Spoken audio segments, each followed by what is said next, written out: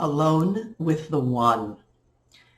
Let's explore a little bit deeper the experience of our individual connection with the light.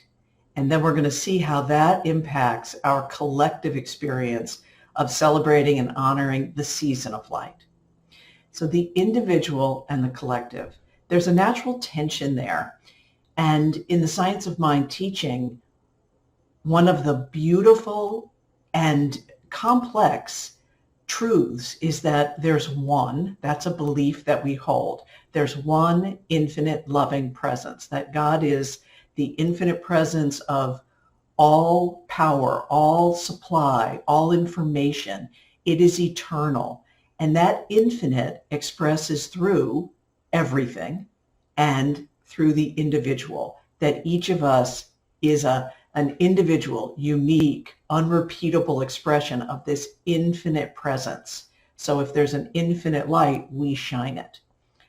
And yet, that truth can be tricky, complex, challenging to work with when it comes to working with our personalities, our ego selves. And I really feel that our teaching, one of the things that's so beautiful about it is that we do not vilify the ego. So the surface mind that has preferences of personality and differences, we don't think of it as an evil or as something that is to be eliminated. And we also don't glorify the ego. So this is not a teaching that says you can get something, anything, as long as you concentrate on it. This is a teaching that says we, you and I, we reveal what we are. So our relationship to the self is more about the real self. And I have been just ministered to by these couple of paragraphs in the Science of Mind. So in the chapter, What the Mystics Have Taught, pages, 332 to 333, there's this beautiful sequence there. And I'm going to read it to you. And what's fun about this is in the quote, you'll see italics and capitalizations are as Dr. Ernest Holmes put them in there. So here's what he has to say about the real self. The real self. The real self is God-given and cannot be denied. It is the place where God comes to a point of individualized and personified expression. I am the light of the world. Individuality means self-choice, volition, conscious mind, personified spirit, complete freedom, and a power to back up that freedom. Individuality must be created in the image of perfection and let alone to make this stupendous discovery for itself. It emerges from the universal. Your real self, it's God-given. It cannot be denied. The I am that is the light of the world, it is in you, it is in me, it is in each of us. And our individuality means, and look at all these empowering phrases, self-choice, volition, conscious mind, personified spirit, complete freedom, a power to back it up. When we grasp and embody our individualized self, it's quite powerful. And then the piece that really opened my heart as I thought about this message, and I think about the times that we were in, is that discovering our individual reality, our real self, our connection with the divine, it is a stupendous discovery that we must make for ourselves. So that is my intention for you in this conversation. I ask you to call to mind, where is it in your life that you want to have a deeper touch that you, yes, you and me and each, that individually we're connected with the divine, with the light. So we're going to look at how the light is always shining, and then we're going to take a look at the distinctions between change in the human condition, how we transition, and the reality of spiritual transformation. And then I'll end with the remembrance, the beautiful promise that you and I, we belong to the universe and to each other. the sun is always shining. Here's when I discovered that as a young adult. So this tree is at the Sheraton Miramar in Los Angeles, California, in Santa Monica. You know, at the end of Santa Monica Boulevard, there's a beautiful hotel, the Sheraton, and there's this gorgeous cypress tree, hundreds of years old cypress tree that is there. And my experience of being at the Sheraton Miramar was 1989. And at the time, I was in my late 20s, and I had just finished business school in New York City. I lived in New York City, and I joined a commercial bank. And my ego was pretty much the driver of the show at this point. So I had ideas about my personality and what I wanted, what I didn't want, what was good, what was bad, what was up, and what was down. And in my 6-month training program, I told all the people that were in charge of the program that when I was to be placed, I wanted to stay in New York City because that's where all my friends were. That's what I liked. That's what I knew. And I assumed that because I wanted that's what the placement group, would do. And I will never forget the day I walked into the big boss's office in my little navy suit with a little red tie, in my little kind of 1989 business ladies thing. And before my tush had hit the cushion, he said, "We're sending you to Los Angeles. You're single. You're going to love it. In fact, we've got another single girl out there. You can stay with her."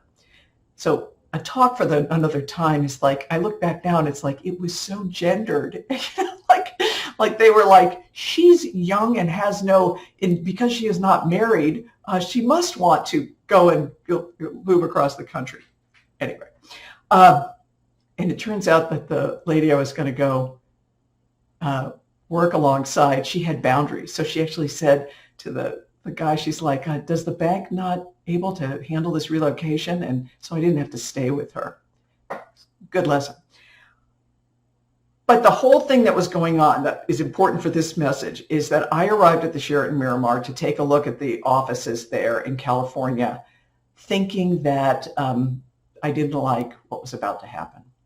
I saw this beautiful tree, and something in my energy and my willingness to exist with change started to bubble up.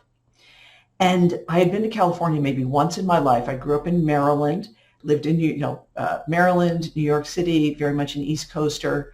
And I was there in Santa Monica and looking around to find a place to live and to get accustomed to it and find out where the office was and do all these things.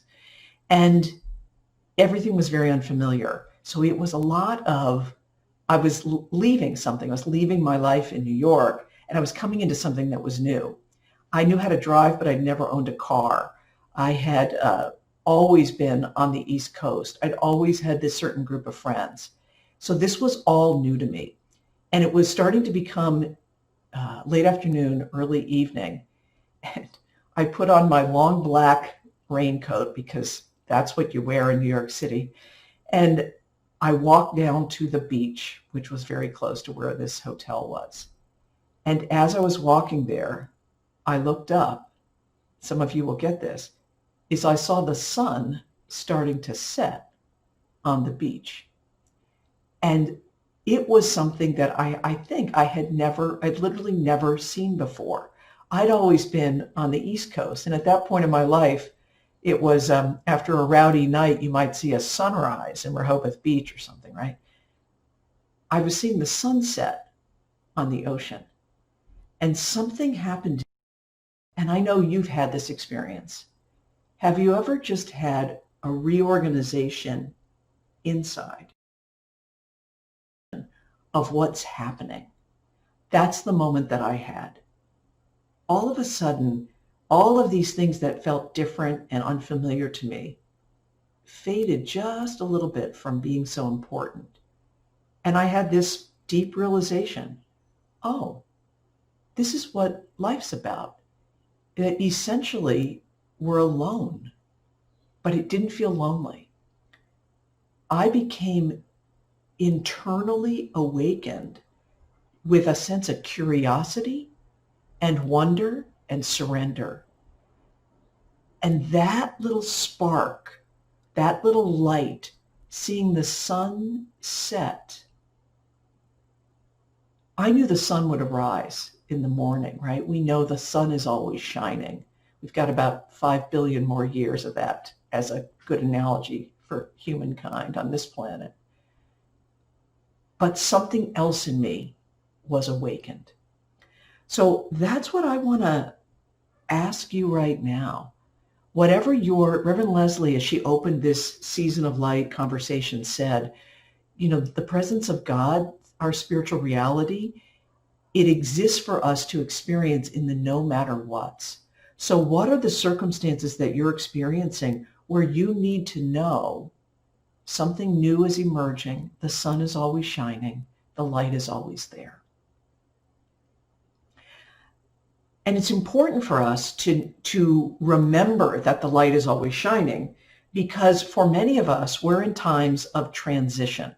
So I'm going to talk about human transitions. And this model that you see, the font may be a little small, but I'll walk you through it. This is a classic model of change, transition, by William Bridges. And you'll see that along the bottom there is time. So, you know, over the course of time, what happens?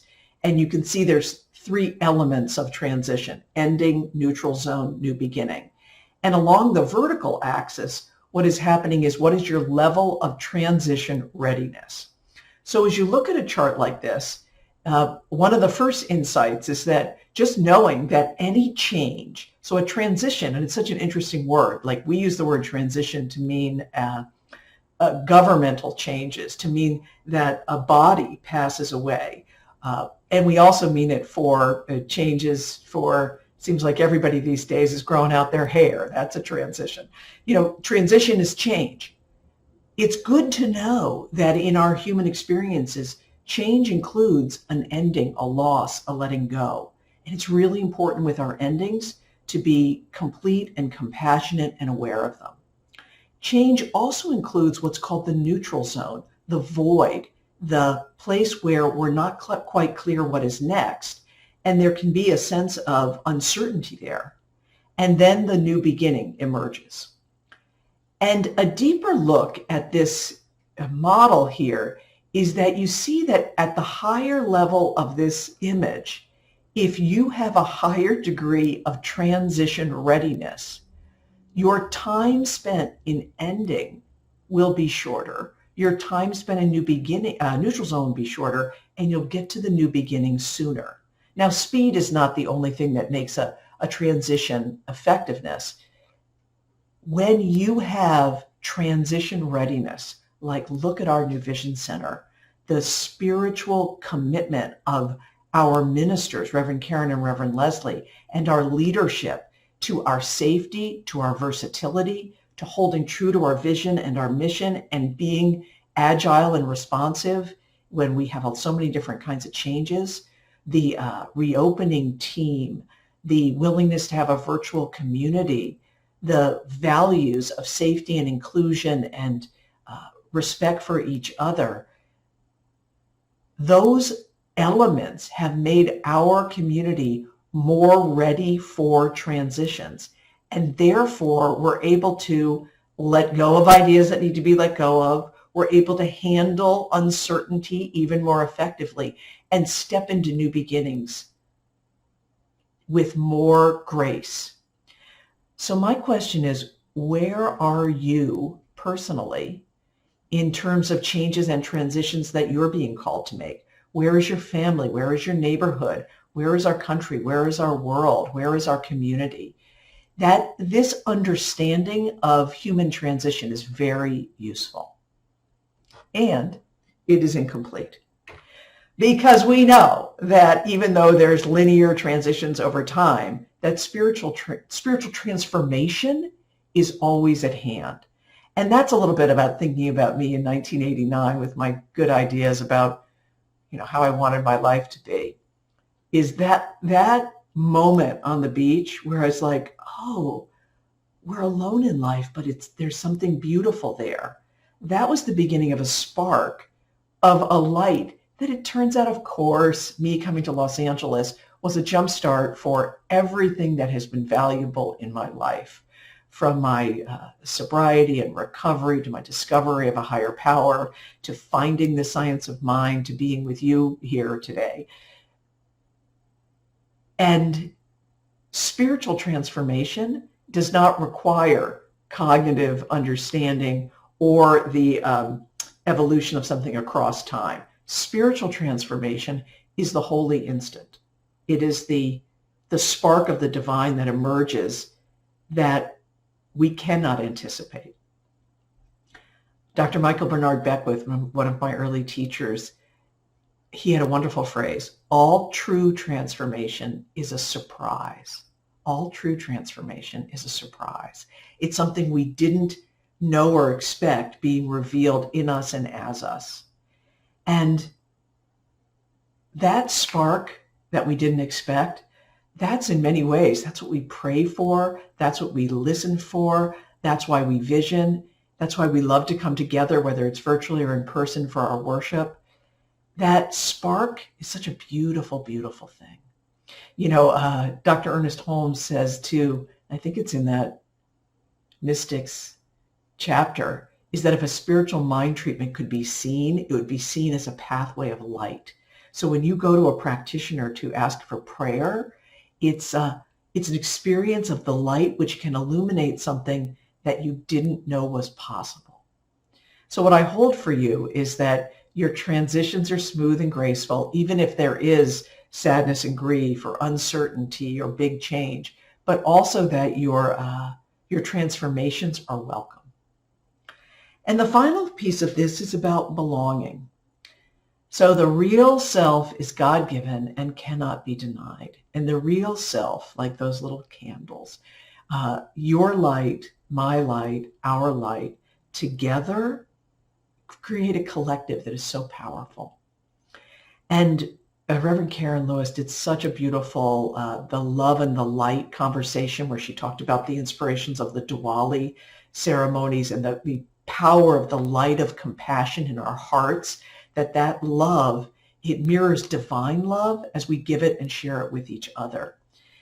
And the other piece that I think, this thing about belonging, and this is where we embrace the uniqueness of our own experience and personality. So the big fella assigned me a podcast, and it was Brene Brown and a piece about the self. And what she was saying is that when the needs, desires, and care of the self are primary, attended to, we can feel, if we belong to ourselves, we can go anywhere. We can be authentic, present, anywhere. And that also means we can ask for what we need. We can show up in the way that is best for us to show up. There's something about truly honoring our own individual journey, loving ourselves, that has us belonging to the self, then we can belong to each other. So that is my message here for us.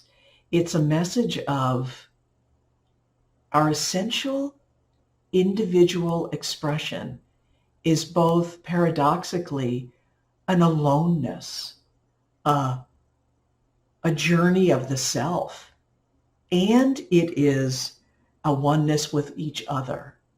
So our ability to stay in that light shining, there's a spark that we have that connects us to the greater. And it's good for us to be aware of how change happens, transitions, transformation. And when we have all of that, we're able to shine light, share light, celebrate light with and for and with each other in community, whether it's virtual, whether it's in person, whether it's some combination of both. So that is the message for you, my beloveds here. We are alone with the one. We are all one with each other. And I just invite you to go deeper with that during our season of light. Where is it that you are so dedicated to the real self, the spark within you? So with that, let us move into our prayer. And I invite those who are our spiritual practitioners of religious science and the ministers to rise wherever you are. So if you are, no matter where you are watching or connecting to this, go ahead and rise up. And for all of us to soften the eye, take a deep breath, call to mind those who are on our prayer list as we move into our spiritual mind treatment. So how grateful I am to recognize the one life of God, the bright light that is always shining, that infinite presence of creativity and power, wholeness and right action, grace, truth, love, beauty, peace, freedom, abundance, God. So we know that this one is the great reality. It is deep and alive and whole and moving through me, through all beings, through all who hear this word. The one life of God is the only thing that there is. And each of us purposefully and powerfully express and reveal that one infinite presence. And in that, I am just honored to speak this word. So what I claim and know for all of us individually and for us collectively, that the light shines, love is shared, wholeness is revealed, right action occurs, ease and grace in everything, powerfully, powerfully expressed. I also bless our communities. I call forward wholeness in all hearts, minds, and bodies. I accept peace of mind for all countries and leaders. I also affirm, claim, and know that all faith traditions are blessed by the power of this word and us sharing our light. And I call forward for every individual in the New Vision Center prayer list that they are blessed, loved, cared for, and that the divine is saying, yes, yes, yes, you belong, you shine, you matter. So I am grateful that the power of this word is acted upon by a law that always says yes. We give thanks for the good of God revealed. We know it is good. We know it is so. We release this word, trusting the perfect action of the law, letting it go. All is well, and so it is. Amen.